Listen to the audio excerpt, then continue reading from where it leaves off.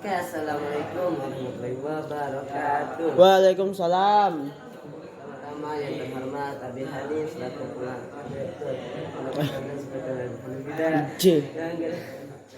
Yang kedua yang terhormat kepada Umi dan Rizawati selaku direktur Pondok Pesantren Sekretariat Alhamdulillah. Dan tidak pula guru-guru yang saya banggakan dan kedua orang tua saya sukai. Nah, jadi di sini saya akan mempresentasikan dan tidak pula lupa pula kepada kameramen yang selalu setia merekamkan video saya kemarin. Nah, jadi di sini saya akan mempresentasikan tentang tayamum. Kemarin kita sudah menjelaskan tentang tentang bagudu, itu posisi menggunakan air. Sedangkan sekarang bagaimana kita bersuci apabila tidak ada air? Nah, tayamum artinya menurut bahasa tayamum artinya itu menyengaja. Sedangkan menurut istilah tayamum artinya itu adalah mengusapkan debu yang suci. Nah, syarat tayamum itu ada 4. Yang pertama itu uzur. Nah, jadi uzur itu misalnya itu ketika kita sakit atau misalnya itu ada air, misalnya ada air 1 gelas mau kita pakai wudhu, tapi ternyata ada binatang yang lebih membutuhkan, maka itu kita diwajibkan untuk memberikan air itu kepada binatang dan kita tayamum. Nah, kemudian yang kedua telah masuknya sholat. Jadi misalnya itu ketika azan kita langsung mencari air, kemudian nggak ada air langsung tayamum. Jangan sebelum azan bisa nyari air langsung tayamum. Nah, kemudian yang ketiga itu berusaha mencari air. Ya tadi ketika kita azan berusaha mencari air untuk berwudu, ternyata satu negara tidak ada air, maka kita itu diwajibkan tayamum.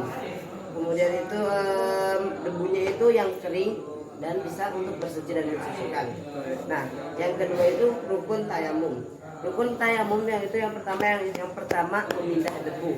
Nah, jadi misalnya itu ini debu. Nah, dipindah ke telapak tangan. Nah, kemudian niatnya itu ya kayak gitu. Nah, kemudian yang ketiga itu mengusap wajah. Nah, jadi kan tadi di sini misalnya udah ada debu sih. Kemudian mengusapnya itu disunahkan dari atas ke bawah. Jadi bagian yang sudah terkena debu itu tidak diperbolehkan kena debu lagi. Oleh karena itu ketika kita bertayamum kita harus rata, tidak boleh berulang kali. Nah, kemudian membasuh kedua tangan hingga ke siku. Nah, jadi misalnya itu yang tangan kanan, sampai siku, kemudian gini, kayak gitu. Kemudian tertib, yaitu dari niat ya, penyuci tertib. Kemudian sunah-sunah ketika tayamum. Yang pertama itu menghadap kiblat. Nah, jadi untuk kiblatnya menghadap sebelah sana, di sini. Nah, kemudian yang kedua itu bersiwak sebelum tayamum. Jadi kemarin sama seperti sunah-sunah berwudu, bersiwak dulu sebelum mengerjakan sesuatu. Kemudian membaca bismillah, kemudian membaca 2 kalimat syahadat. Nah, apabila yang belum tahu 2 kalimat syahadat yaitu asyhadu an la ilaha illallah wa asyhadu anna Muhammadar Rasulullah. Ya. Makanya gue apabila kita menggunakan cincin atau gelang seperti ini ya, nah ketika tayamum kita diwajibkan disunahkan untuk melepas. Mengapa? Karena misalnya ketika kita bertayamum nanti debunya tidak masuk, maka tidak sah. Kemudian itu mendahulukan yang kanan. Nah, jadi kan ada 2 tangan, kanan sama kiri, maka kita harus mendahulukan yang kanan. Kemudian menipiskan debu. Nah, jadi misalnya itu ada ya pasir, kita pakai tayamum tebel. Nah, kita itu disunahkan untuk menipiskan, meniup atau mengginikan, apa namanya? Apa itu? Mengetuk-ngetuk agar debunya itu turun dan menjadi sedikit. Mengapa? Soalnya kalau kebanyakan nanti kayak pakai make up mana kayak gitu. Kemudian apa ini? Pun. Oh iya, tidak mengulangi misalnya yang kalau udah kena debu terus kita nggak yakin kenain lagi, nah itu tidak boleh. Kemudian terakhir doa. Nah, sekarang hal-hal yang membatalkan tayamum. Hal-hal yang membatalkan tayamum itu ada 4. Yang pertama ya hal-hal yang membatalkan wudu sama seperti yang telah saya jelaskan kemarin.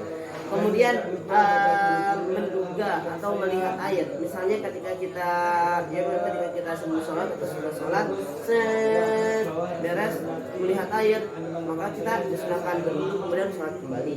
Kemudian murtad. Nah, jadi apabila orang tayamum kemudian langsung dia ngomong aku murtad, nah maka tayamumnya Nah, kamu murtad, kamu murtad. contoh. Oh iya.